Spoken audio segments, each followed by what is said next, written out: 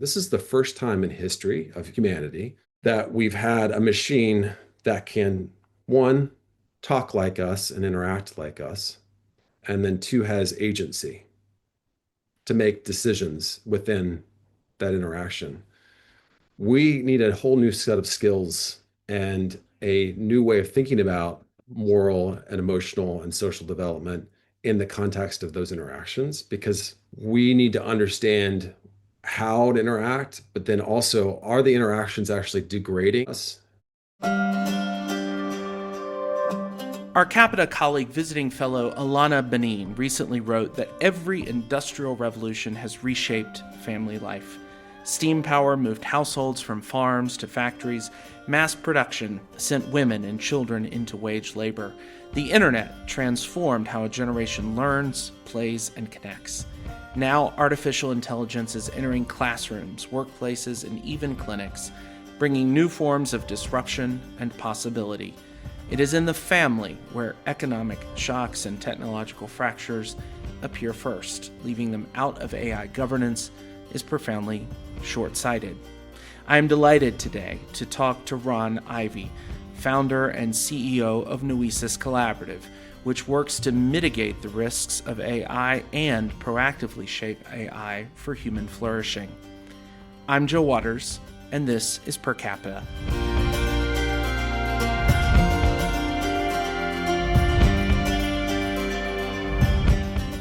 Ron Ivey, founder and CEO of Noēsis Collaborative, thank you for joining us on Per Capita. Thanks, Joe. Excited to be here with you. So Ron, Capita recently conducted a national survey, parents with children under the age of 12, about 3,000 parents across the country. 43% of them said they think AI is going to make their family less economically secure.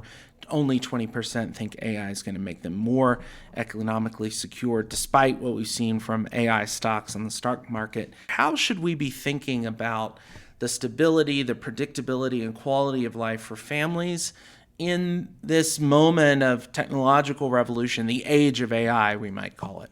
There's two things. One is just the role of economic security in flourishing, human flourishing, both at the individual level and the family level. And that's something we've been looking at. And my role as a research fellow at the Harvard Human Flourishing Program is, economic stability is not necessarily an end that people pursue, but it's so critical for forming relationships, having a sense of purpose and meaning in life, having developing the character of the individual, but also the family and the relationships. And when you have that insecurity, it just erodes all those other elements of flourishing.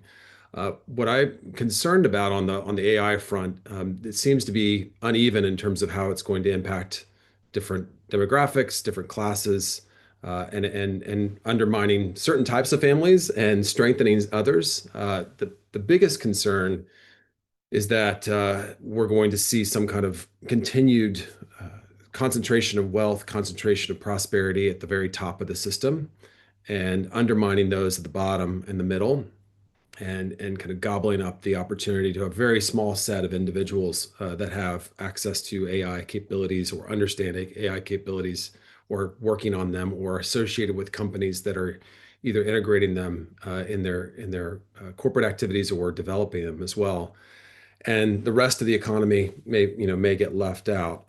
What's a curious thing right now is there might be positive impacts for those that are less affected in terms of blue collar workers in fields that are localized to a particular community, whether that's electricians or plumbers or those that are doing work on an operations level that requires very active use of the body and use of practical skills in daily work, versus those that are in a more rote knowledge professions, more at risk, especially younger families that have younger professionals that are entering the workforce in the next 4 to 5 years, and starting families in those early years. So my biggest concern would be for those that are in their late 20s, early 30s, in that white collar profession or in a profession that's going to be automated by some of the newest technologies, and then that undermining that early stage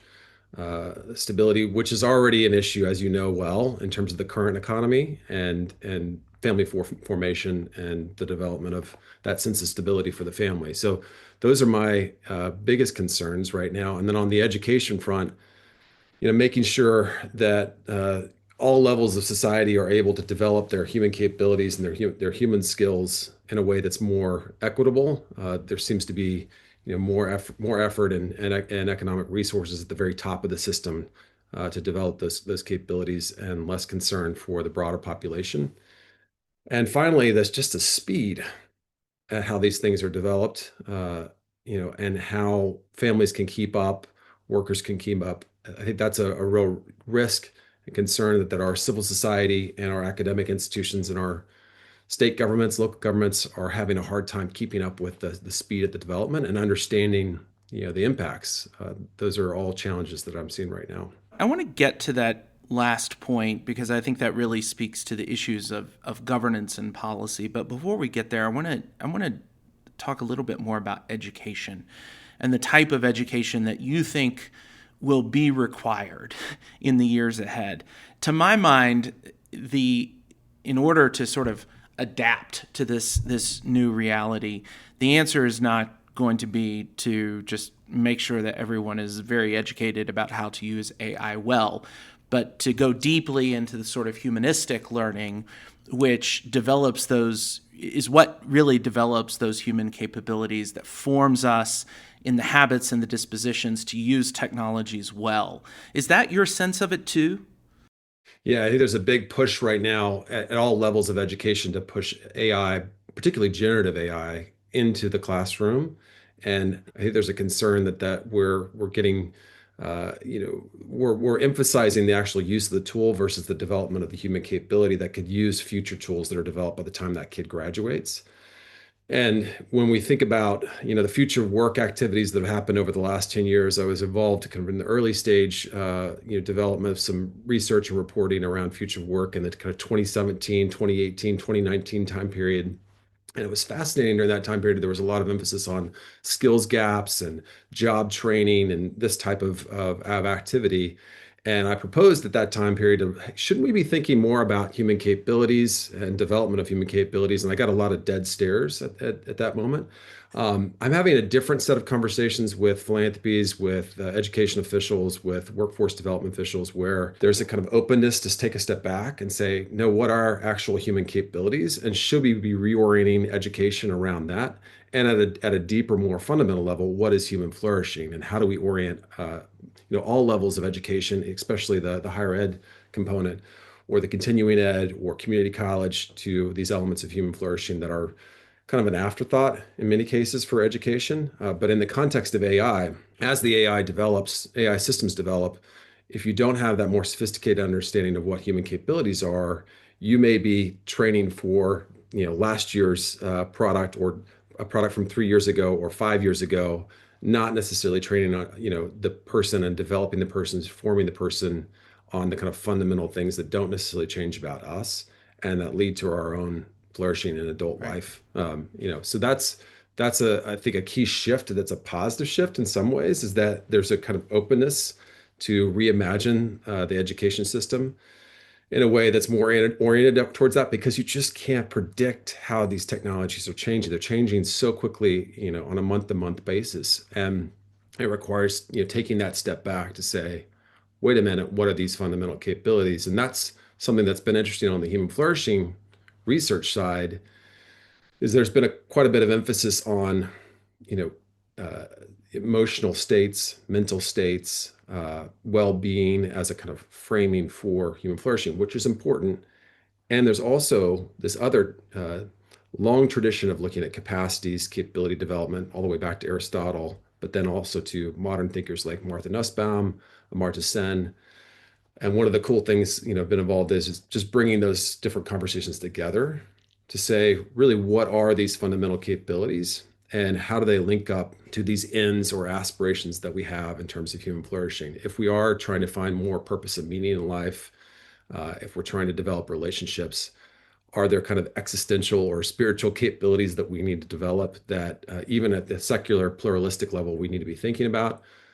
Obviously, relationships are a huge theme that I both worked on both the research side and also the civil society and kind of multi-sector thinking. But are we really thinking about relational capabilities as a thing that we're developing in education? I don't think it's been necessarily always an intentional development.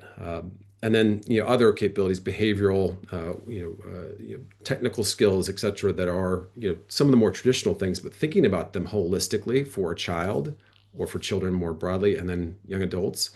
Are we really having that kind of framing, or are we just thinking about jobs and skills gaps? I don't think that's fit for purpose anymore. Right, and it's relational and moral. So one of the things that I've sort of observed in this conversation is that there's been a big push for safeguards, and I absolutely think that there should be safeguards both built into the tech and imposed by a strong juridical and regulatory framework from government. But what I've heard almost nothing about, with the exception of Shannon Valor at the University of Edinburgh, whose idea this is, right, is there's been no discussion about the cultivation of the techno-moral virtues to help us ensure that our children and future generations are frankly capable of acting morally Right. in a digital and artificial intelligence architecture, right? Yeah. I'm really interested in that idea of how do we develop in people these powers, right? These powers of souls, these powers of will to act well in a world that is totally different from the world of the Industrial Revolution. Yeah, we've been exploring that through Noēsis, through a series of different projects, both on the more product design front with product designers and product policy people within various companies, and on the investment side to look at, can you move beyond a harm framework, especially for kids and for teens, and really have this flourishing framework in the way that you think about design? What are the capabilities on the moral and social side that we need to develop, both in, off the screen, away from the technology, maybe if the technology is now moving into an audio format or whatever, where there's an interaction, still away from those interactions, and then in those interactions with AI, how do you develop the person so that they can discern how to best use the technology in their relationships, in their own pursuit of their sense of meaning and purpose in their spiritual life, in their, like you say, volitional, moral, at the deeper level of the will. If you start with people's aspirational goals and you work your way backward and think about, okay, if I want to become a better person, people use that language, and I Right. want to be better at my relationships, and I want to have that deeper sense of purpose in my life. What are those skill sets that I need to develop? Part of that's happening, needs to happen in with the actual product teams themselves. So there's some really cool stuff happening with product developers that are having these conversations. Hey, if I don't develop this on my own end, how does that get translated in? It doesn't get translated into the technology when I'm actually designing. Then in the discernment side, there's an opportunity, and we're working on specific platforms and projects to help churches, civil society institutions, communities, and larger institutions that have community at scale, to have tools, resources to develop those capabilities, especially the discernment side of things, and understand, okay, what are the things I need to develop in this new context? What are the things that are timeless? But then also, especially when we look at AI and human relationships, it's a new phenomenon. This is the first time in history that we're experiencing those interactions. There's like this timeless element that is not changing, but we need to bring the development of that to these new technologies. And then within the new technologies themselves, we need to understand how to interact, but then also, are the interactions actually degrading, in Shannon's terms, de-skilling us? We've seemed to have degraded on a general level in terms of our social capabilities over the last few decades, even before the introduction of smartphones and social media, the introduction of social chatbots, social AI companions in particular, could degrade that further. On the moral front, I think there's some really rich questions there, because from my understanding, and this is also, I think, the great work of Sherry Turkle at MIT, the chatbot itself does not have moral standing with us. It doesn't have moral capabilities. It's really just, predicting what the next, word or set of phrases should be based off of statistical prediction. It doesn't have that fundamental capacity for empathy, for moral guidance.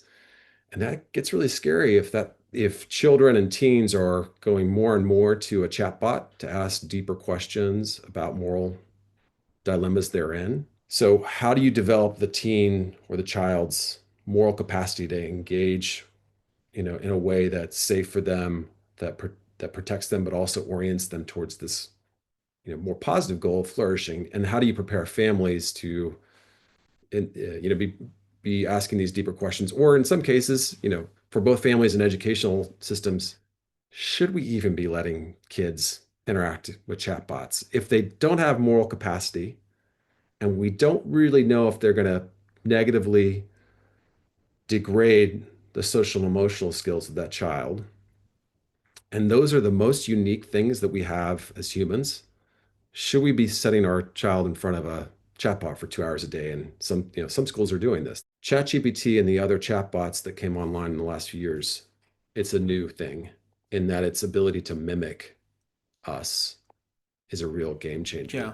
And I think we should also just clarify. I mean, I'm curious to your thoughts on this. When we say mimic us, I mean, we just had a convening in South Africa. We had a whole session on AI and human dignity. The majority of people in the room were Africans, and they raised this interesting point. Well, when we say mimics us, we mean mimics Americans and Europeans. Exactly. It builds off of a value structure and a set of content and a corpus of content that's, majority of it's Western.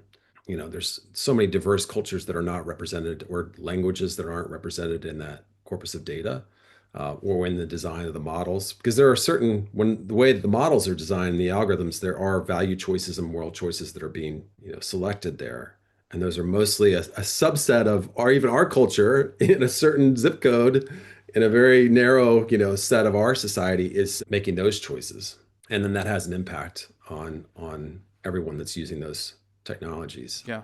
The interaction is changing us in ways that we may not be understanding and imagining, just based on the data we're seeing so far. It's early days. We don't have there's Right. not a lot of data that's out there. It's only 3 years of interactions.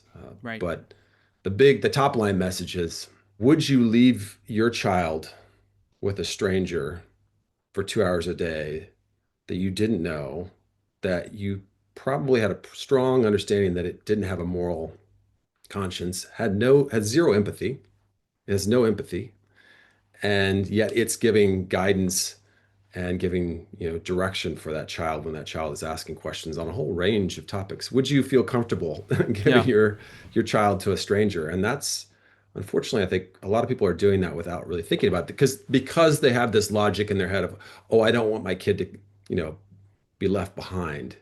I don't want them to not develop these skills. Maybe it's, that's not necessarily the skills they need to develop to be good at AI systems. They need creativity. They need, an understanding of moral frameworks. They need a understanding of history and human nature, and these kind of deeper developments that help them respond in the use of the technology in the future. Because again, the technology is going to change rapidly.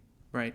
So let's turn now to talk a little bit about governance and policy. And I think one of the things that we at Capita have been very interested in is we've sort of observed distinct or relatively siloed conversations about AI. So there's like a workforce conversation happening, impacts of AI on labor.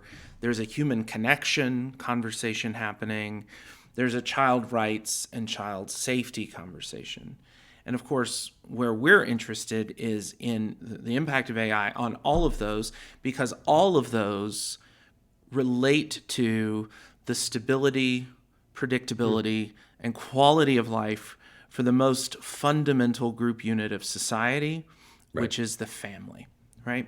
And so I'm just curious if you could think with me here out loud, like how can we drive governance and policy that isn't just about addressing human connection, that isn't just about Right. addressing child rights and safety, but really is about supporting the stability, predictability, and quality of life beginning in the family,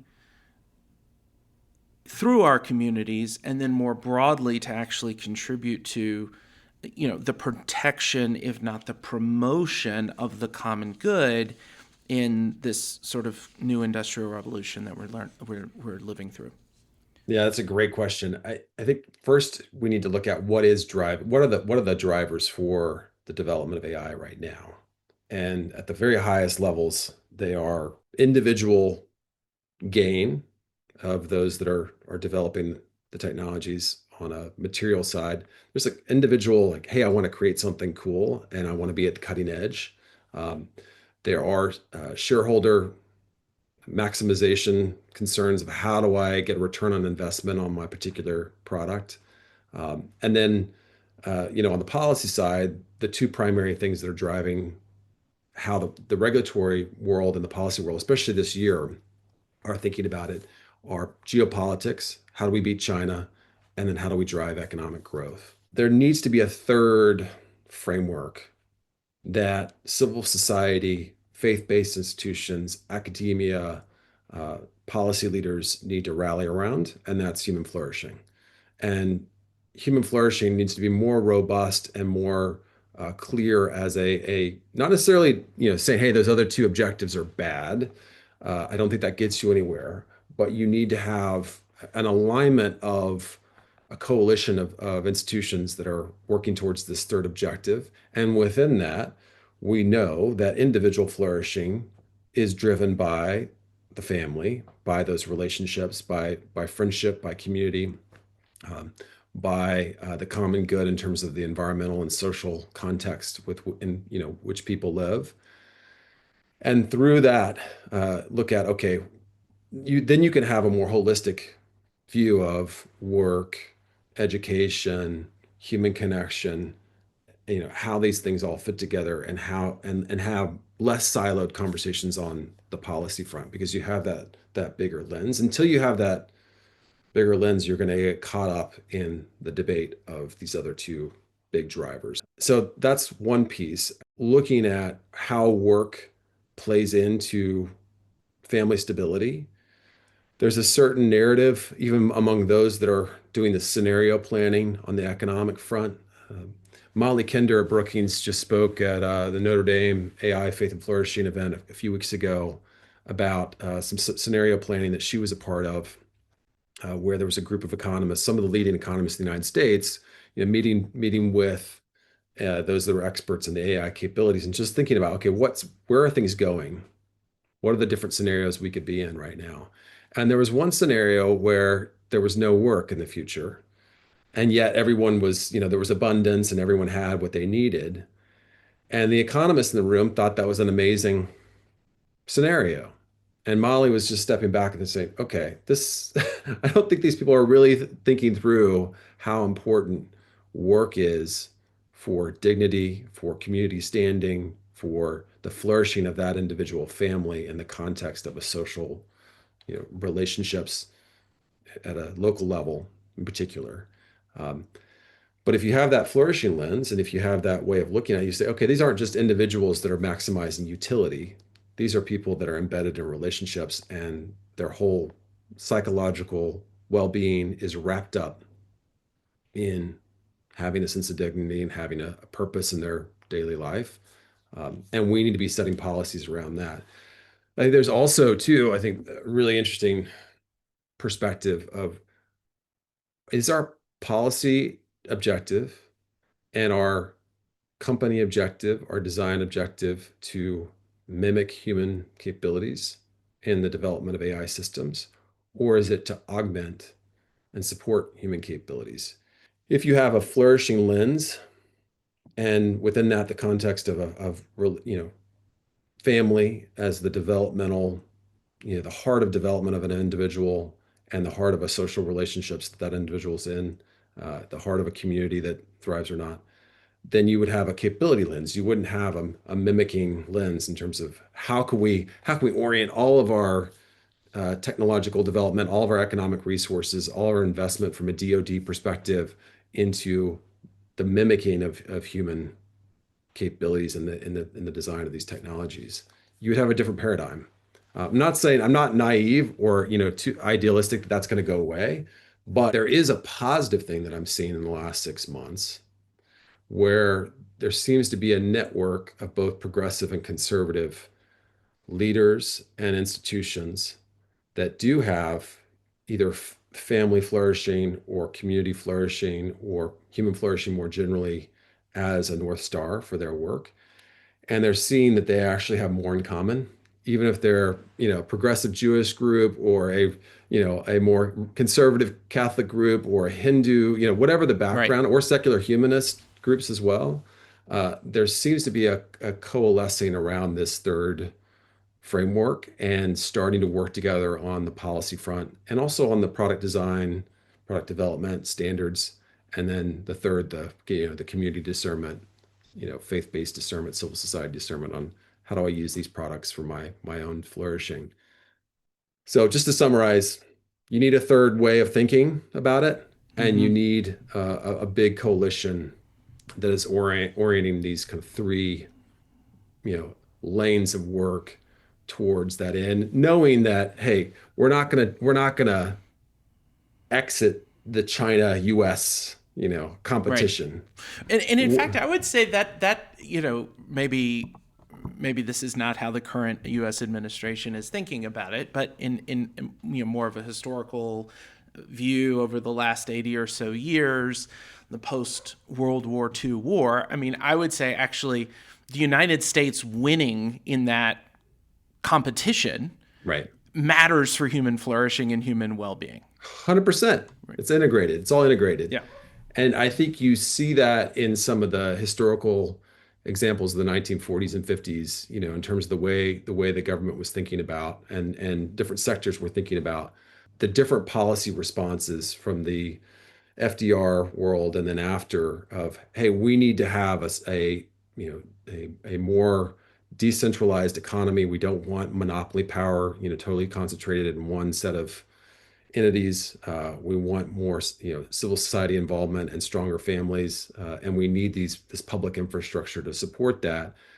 It goes both ways. If you want a really solid, stable politics and military response and security, you don't want the entire society to be distrusting each other and to be totally fraying relationally, and you don't want your future military force to be psychologically breaking down because of the negative impacts of some of these technologies. You do need to have a flourishing lens inside that too. So it goes both ways. So, Ron, I'd like just to think about the lay of the land in terms of these three frameworks you laid out: economic growth, geopolitics, maximizing sort of for competition with China in the case of the United States and Europe as well. And then the third framework for human flourishing in the age of AI, which to me has a lot of implications for dignity of work, dignity of labor, the inviolability of the family, and so forth. But what it seems to me like when I look at sort of the lay of the land in DC and even in state houses across the country, folks seem a little bit confused about where they sort of are landing. You have people on right and left, Josh Hawley and Chris Murphy, who I would say are at least trending in the human flourishing direction, very concerned about the impact on workers. Senator Blumenthal, I think as well is heading in that direction. But even when there are voices on the right that are moving in that direction, the administration, the Trump administration, at least from my perspective, seems to be stuck primarily in the geopolitical competition framework. So can you just give me just your sense, particularly sitting as you do as an American in Europe, of the lay of the land and where maybe some of the opportunities for coalition building are right now?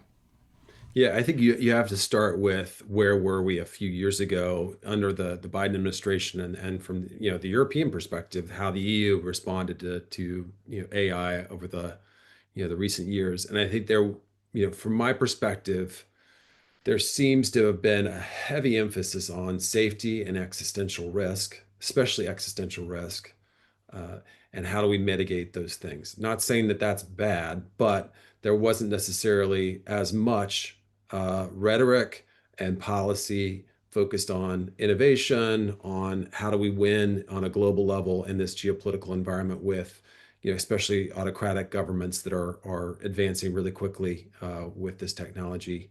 And now you have a correction, kind of the other direction in the Trump administration, where they're going completely opposite, and coupled with kind of this dynamic of woke AI versus anti-woke AI happening on the left versus right, and using that as a political advantage to deal with some of the questions and concerns about how free speech were being managed at the AI companies, at the tech companies, in a way that probably was alienating for some parts of the Mm. population. And so they kind of took the moment in terms of, hey, we need to go this other direction, and we can really use this to our advantage from a political standpoint to say, hey, we're anti-woke AI. What I think you're seeing now is there's a growing kind of new movement, both on the left and the right, to say, hey, like I said, we need to think about innovation. We need to think about a future-oriented, positive-oriented vision for AI, and we need to make sure that's grounded in human flourishing, grounded in the family, or grounded in some of these other contexts of the social and environmental that are just common sense when you really think through the impact of data centers. And you think, look at water, or when you look at the economy and you say, hey, we're now potentially going to have a federal backstop for a multi-billion trillion dollar companies in terms of what they're doing and their investment. Is this really good from an economic standpoint for the broad population? It may help us win against China. It may help us advance artificial superintelligence or general intelligence for that game, but it might undermine our society and our government and our politics. When I entered in January into this year, I thought, okay, there's no opening for policy. There's no opening for anything at the federal level. It's probably going to be very difficult at the state level. But I literally, in May, June timeframe, I had to shift my own work priorities to really focus on policy, specifically around kids and how to protect kids, but also orient it towards a positive end, because I was seeing so many bipartisan conversations that were sprouting up in private conversations, both in on the U.S. side, but also here in the UK and EU side as well. And that's been awesome and inspiring and very different from what you see in the nightly news, what you see in the political journals, and the political blogs and social media. There seems to be something forming that even within the Trump administration, I'm seeing a shift of certain individuals that are saying, hey, yes, we need to be thoughtful about family, kids in particular, and teens. And that's opening up a conversation, I think, about family and family stability. There seems to be a shift um, away from this kind of nihilistic, like we should do whatever we want. There's no moral framework for anything we do as long as we're dominating this war with China and dominating the market, Right. to, I And of don't course, the know. nihilistic stuff could completely decimate the lives of families and communities in places like Kansas City, Missouri, right, or Lubbock, Texas. You name it, right? Sort of the quintessential middle of the country, Right. and not even to mention the places in the world, right, Right. where there aren't necessarily even the resources that families in the United States might have access to protect their children or to get their children mental health, professional help if that's required, and so forth. But it is curious because I do want to be quite positive about the potential of AI to actually accelerate human flourishing if we get the framework right here at the beginning. I mean, I think, for example, about the tremendous opportunities for drug development, for cancer screening and identification that could really, extend human life, that has the potential maybe even to democratize treatments around the world. Like, these could be real gains for human flourishing. Right, right.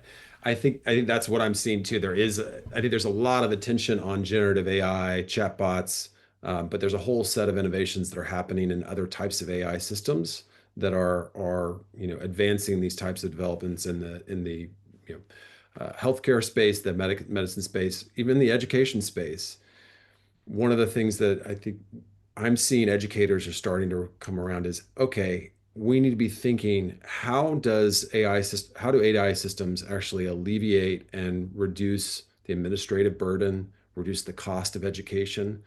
It's not necessarily that we want every kid in front of a chatbot every day, but how does are there other either generative AI or other types of AI systems that actually can revolutionize the back end of education at all different levels, either that elementary, high school, college, continuing ed. There seems to be really cool developments that are happening there. And then, yeah, within manufacturing, within robotics, within the different industrial applications, there are daily advances that are happening that could be really powerful. On the energy front, I think that could be a really, we're already starting to see exciting things happen in terms of advancing forms of energy that are more productive and more efficient on the outcome side in terms of energy development, and less resource extractive, or using less resources on the input side, and more sophisticated uses of nuclear and other forms of energy that we probably wouldn't have seen if we didn't have artificial intelligence in the mix. Or on the demand side, just the demand for energy is forcing people to rethink and reimagine how energy is developed at scale. So that's exciting as well. I was just back in my home state of Oklahoma, and there, things that seem to be really exciting about how energy development is changing in ways that could be even beneficial for the environment, and change the way water and energy are used. Mm-hmm. So let's just step back from the sort of national and global for a minute, and imagine you're a principal school in a place like Oklahoma, or you're a community health worker in, say, Zimbabwe. You're a city, county commissioner. What should you be doing in this moment?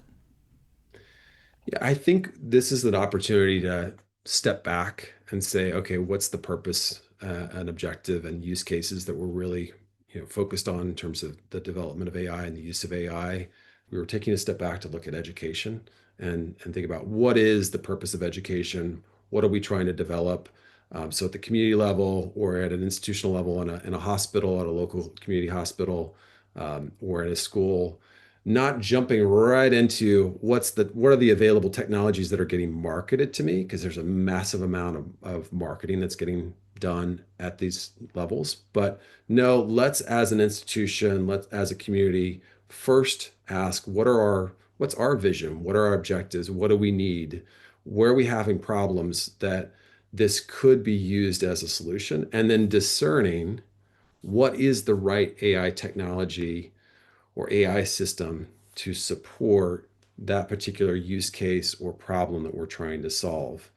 Like in education, is it going to help reduce the administrative burden for teachers, or the amount of work that they have to do? My mom was a middle school teacher, so I saw her every day come home after teaching all day, and then she had to grade papers and she had to do all the administrative work after she dealt with us, and made sure we were still alive and taken care of. Are there tools that could help that teacher, help that individual? For a Right. nurse, are there AI tools that could reduce the administrative burden or the stress of that individual's Well, work? yeah. I And mean, that I'm sure you're familiar with that on Yeah, it's your already. your side. I mean, we were with actually at our son's well child visit, his 5 year old well child visit a few weeks ago, and talking to his doctor, and she was saying it's already taken 2 hours a night off of charting. She's charting 2 hours a night less because they're using this ambient AI tool to record visits, which are then deleted from the cloud after the note is created. And so she's really just checking the work that the AI has done Right. and saving quite a bit of time. At least 10 hours a week in her That's huge. telling, which is time with her family, with her young son and husband, and it was something else really to think about. And then I was at the Milken Institute Future of Health summit last week where the president of Jefferson Health in Philadelphia said Ambient's now being used 11,000 visits per week at Jefferson Health. So just thinking about the amount of time potentially back to physicians and nurses in Right. that one system is pretty incredible. The concern though is that time back for people to spend with their families and the other activities that we know are conducive to human flourishing? Or is that time back for the systems in which they're a part to squeeze a little bit more revenue from Right. a few more visits out of those providers? Right. I think the work has to be done inside the institution to think about the beneficiary of the service, the human that's involved, the person that's working, whether that's the teacher or the hospital administrator or the doctor. How does this advance their capabilities? It's back to the capabilities piece. It's not about how do I mimic and replace, it's how do I advance capabilities. On the higher level component at the national level, to some degree the state level, that's where you get into policy questions about tax, about monopoly power, about the way the financial system is structured, the way the economy is structured. Because if you don't change the AI system above the AI system, Right. that you're going to have incentives that are anti-human flourishing, that continue to concentrate wealth and opportunity at the very top and make the rest of the whole system highly unstable. It's like taking all the blood all the way to the brain, and there's no blood for the heart, there's no blood for the body. We've been in that scenario already for the last couple decades, and now AI will accelerate that if we don't really think hard and work hard in a bipartisan way to address the systemic issues of the larger system that AI systems are a part of. So you've got the actual AI systems themselves, the businesses they're in, the the investors and the kind of markets they're in, and then the policy, and then the cultural systems. Right now, we're talking about the policy. You really need to be thinking about, okay, how do we prevent the incentive structures at the economic level not driving all the returns and all the value to the very top? We can't put all this on families. We can't put this all on the communities to figure out. There's some national leadership that needs to happen on the way that the fundamental economy is structured, and the way that, particularly, kind of how economic resources are concentrated among a very few in our society in a way that we haven't seen in 100 years. Yeah. So, Ron, 25, 30 years from now, Yeah. what, for the work that you're doing, Hmm. what does success look like in terms of more human flourishing 25, 30 years from now versus less, right? In a world that presumably will be even more saturated than we've been in the last 3 years by AI. At the fundamental core of what I'm doing is building alliances, collaboration, kind of bringing different silos of expertise together to work on aligning AI to human flourishing. And I think about the future in three parts. On the product design and the actual company side, can we have a set of companies and startups, and within the bigger companies, a network of product developers and leaders that are starting to shift the product development side to a flourishing framework, knowing that there's always going to be these other drivers, like we said, within the companies, but new business models are succeeding. new models of how the AI human interaction are being developed. We're starting to see positive movement on that front in terms of the design principles that we've developed with the USC Neely Center, and then promoted through the various platforms.